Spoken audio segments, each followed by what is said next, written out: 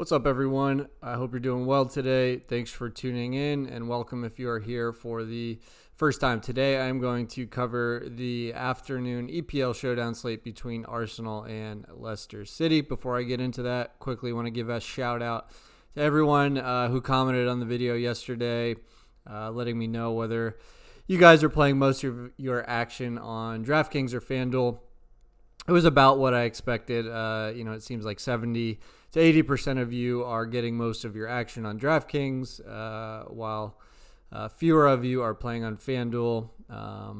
I fall into that camp too. I play most of my action on DraftKings, like the scoring system better, and the prize pools are bigger there. But since some of you are tuning into the videos to get prepped for FanDuel slates, I will continue to include those projections. So without further ado, let's go ahead and talk about the slate this afternoon. One more thing. I am curious whether you guys are more interested in the multiple game slates or the showdown slates. It seems to me that the showdowns are becoming pretty popular. I think people are drawn to them because it's easier to prepare for, and it's just one game to deal with. So I am curious about that.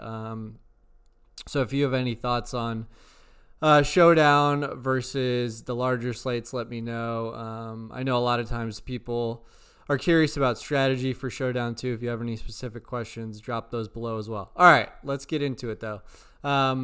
We have basically a pick'em here. Arsenal, a very slight favorite over Leicester City. Arsenal have started to play better. Leicester City were struggling. Finally got a W last time out against Crystal Palace, but they do have some injury concerns, so I think that's a good place to start. It looks like James Maddison and Ben Chilwell are both going to miss this match. So here's our predicted lineup down here. This is pretty close to what we saw last time. The only difference was Chilwell was over here on the left, and then Marc Albrighton was over here playing the right wing back position, and Justin was back as part of the back three here. So because Leicester got the W and Maddison is out, we could see a formation very similar to this once again. I think, as much as I'm not a fan of Arsenal, I think it's probably correct that they're the favorite here because a Leicester team without James Maddison and without Ben Chilwell could really struggle to create chances here. So I think it is fair that Arsenal are favored, and Arsenal are at home as well, where they do tend to perform better, even though there are no fans right now. So I do expect Maddison and Chilwell to be out. If that is the case, and this is the lineup we see, then you're probably going to see Tielemans on all set pieces for Leicester. That makes him very valuable, especially on DraftKings. However, it is possible that Marc Albrighton starts again on the wing here. And if that's the case, he would probably have all the set pieces. Would also be a strong play on DraftKings. Probably not a bad play on FanDuel either because of chances created. And I'll get to that with the projections in a minute. And then we're probably going to see Christian Fuchs start in a wing-back position here. He actually has taken some corners in the past, so it's possible he chips in there. And if he's playing in a wing-back position, Arsenal are a team that will let you cross the ball, so he could be a nice play as well, again, especially on DraftKings. All right, let's just quickly take a peek at Arsenal's predicted lineup here. So Arsenal have been playing this 3-4-3, and I think are on a nice unbeaten run now since they started playing this formation between the league and the FA Cup. I guess Nicolas Pepe is having a baby, so I think he's going to miss out once again. So we could very well see Saka start in the front three. Lacazette and Nketiah have been kind of switching off here, so I think Lacazette comes back into the starting 11. And then Aubameyang is always going to be over here. Kolasinac, who does play as a fullback, usually could be part of the back three, so he's more of an avoid on DraftKings. Could make sense on FanDuel, though, because of the difference in the scoring system there. And then in this lineup, you're probably going to see Saka and Ceballos take the corners for Arsenal, so that's something to look out for on DraftKings. All right, so let's go ahead and look at the projections here. These are, let's start with sorting them by DK. So if Marc Albrighton is in, he's a big open play crosser, will probably take corners, and he comes out with my highest projection for DraftKings. So if he's in, he's going to be a really strong play, even if he's playing in a wingback position. Demarai Gray projects very well also, but I don't think he's going to start. I've taken Maddison and Chilwell out of the projections just because it seems very unlikely that they play. But of course, if either one of them plays, they'll be very good plays, especially on DraftKings. So I think Aubameyang is going to continue to be one of the best plays for Arsenal. He is, you could call him goal dependent, but when he's playing on the wing, he's creating plenty of chances. He's drawing fouls. He's crossing the ball as well. He's shooting. So I think his floor is actually pretty decent. So he's going to be a very popular play on the Showdown slate, and for good reason. Vardy and Iheanacho come in just under Aubameyang, and I'm a little unsure as to how the ownership is going to shake out with these guys. On the one hand, you can make the argument that Leicester are going to struggle to create enough chances without Maddison in the game and without Chilwell. But at the same time, it's an Arsenal backline that has been prone to errors. David Luiz is still going to be starting back there. So and Vardy finally got off the mark, picked up a brace against Crystal Palace in the second half in their prior match. So that is encouraging for him.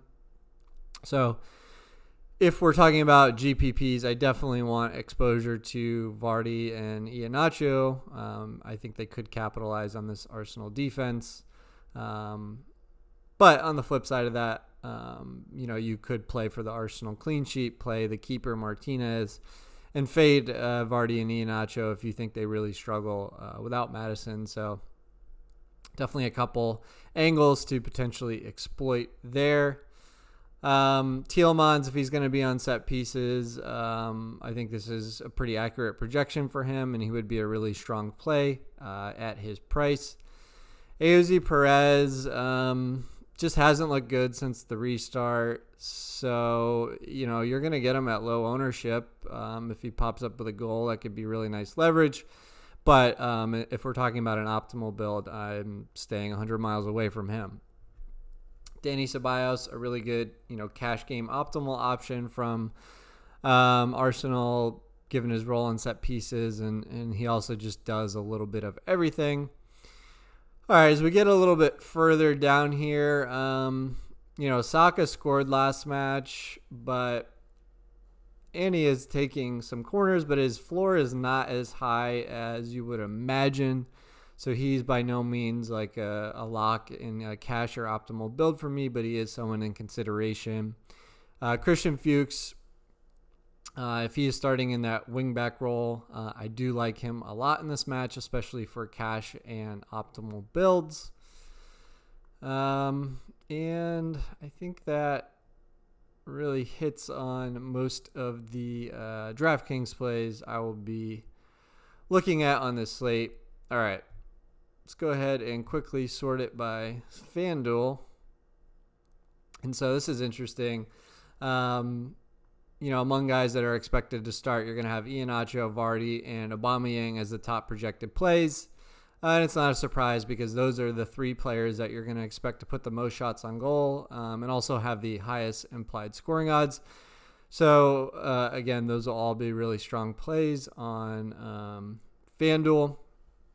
It is interesting that Marc Albrighton actually does project pretty well on FanDuel. It's not something I would have expected without the projections. And again, I think it's because he does create a lot of chances. But the issue with him is that I think you're lacking upside on FanDuel specifically because Albrighton is not a guy that scores a ton of goals.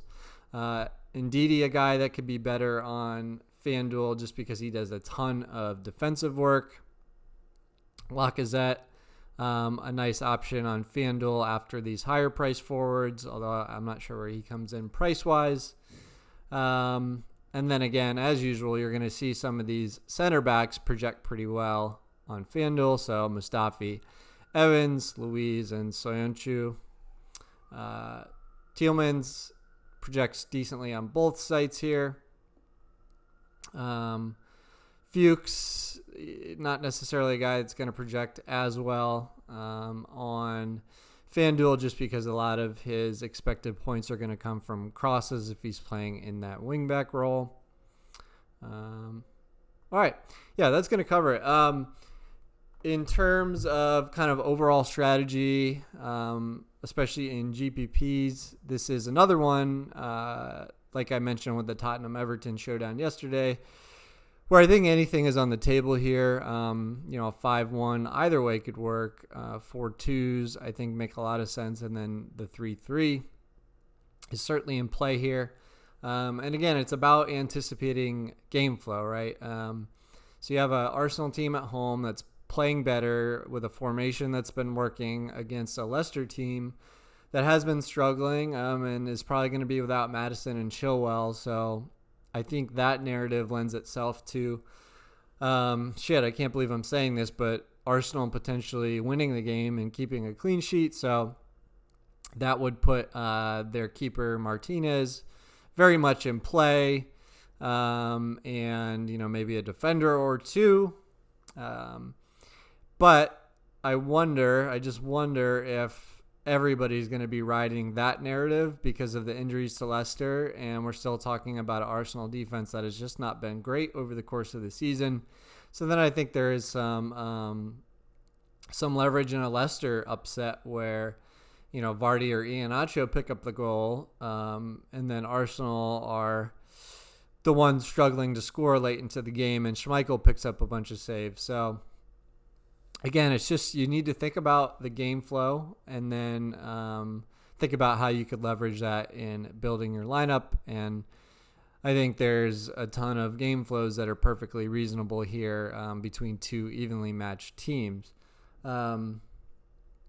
I also want to quickly mention, if you're interested in sticking around to listen to this, so yesterday the winning lineup in the main GPP for the Everton-Tottenham showdown had Lloris, the Spurs goalkeeper, at the captain position. Very creative lineup, and that's what it took to win it. But what I will say is it's pretty rare that the goalkeeper in the captain spot is going to win it, and here's why. Spurs won the game 1-0, but it was on an own goal, right? So if let's just say that Lo Celso had gotten credit for that goal, I don't think there's any way then that Lloris in the captain spot is going to be in the winning lineup. It would have been a lineup with Lo Celso in the captain spot and Lloris in a flex spot, because that would have been a huge swing in points to Lo Celso, who already had a really good game. I think he had 10 plus DK points. And so you would have had Lo Celso actually outscoring Lloris if he had been credited with the goal at a lower salary, making him a better captain play. So I guess the point I want to make here is that was a pretty low probability outcome, which is what you need sometimes in Showdown, but it's very, very rare that a team is going to win a game 1-0 on an own goal. And that is one of the few instances where the goalkeeper in the captain spot is going to be the optimal play. So in most cases, Lo Celso would have gotten credit for that goal, and then he would have been the optimal captain play, and he would have been in the GPP winning lineup. Lloris would have been there as well, again, but he would have been in a flex spot instead. So anyway, I think it's just interesting to think about. And it kind of takes a while if you're new to Showdown to wrap your head around what the optimal play is and why a certain lineup ended up winning.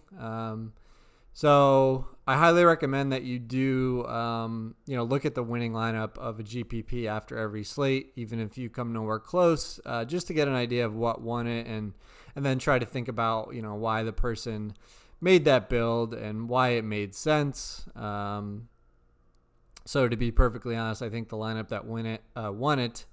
While I think it probably would have made more sense than a 0-0 draw where, Lloris had like 6 saves. I don't think the guy who built it was thinking, oh, okay, Spurs are going to score from an Everton own goal, and that's why Lloris is going to be the highest scoring player. So maybe a little bit of luck there. But anyway, that's my 2 cents on that situation. Thanks for tuning in, guys. Thanks for all of the recent subscribers. If you're new, please hit the subscribe button. I am putting out soccer videos on a daily basis now, covering the biggest slate every day. Good luck out there today. I hope to see one of you take down a big GPP. That would be great. All right, I'll see you next time.